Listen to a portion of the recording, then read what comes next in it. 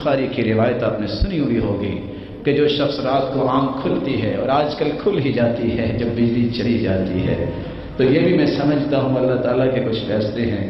کوئی نہیں بھی اٹھنا چاہتا تہجد کے لیے، اللہ ایک مرتبہ اٹھا دیتے ہیں، پھر کسی کی مرضی ہے اللہ کی اور قریب ہو جائے۔ اگر اٹھو سبحان اللہ والحمد للہ ولا الہ الا اللہ واللہ اکبر ولا حول ولا قوة الا باللہ، یہ کلمات پڑھو۔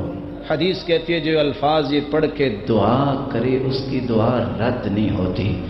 سب سے پہلے 3 دعائیں کیا کرے۔ اللہ کے حضور جب کسی کے لیے دعا کرتے بدأ بنفسی، پہلے اپنے لیے دعا کرتے، تو آپ سب سے پہلے اٹھ کے دعا کیا کریں۔ ابھی آدھی رات ہے، سحری ہے، نماز سے پہلے اللہم اہدنی اللہم اہدنی، اللہ مجھے ہدایت دے دے۔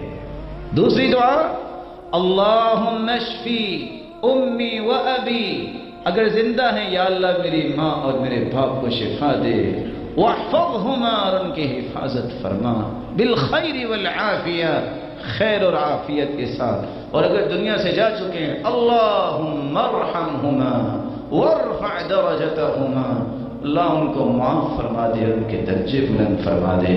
اور تیسری دعا کبھی نہ بھولیے اللہم اصلح نیاتی و ذریاتی، یا اللہ میری نیتوں کو بھی ٹھیک کر دے، میری اولاد کو بھی ٹھیک کر دے۔ یہ بہت قیمتی دعائیں ہیں۔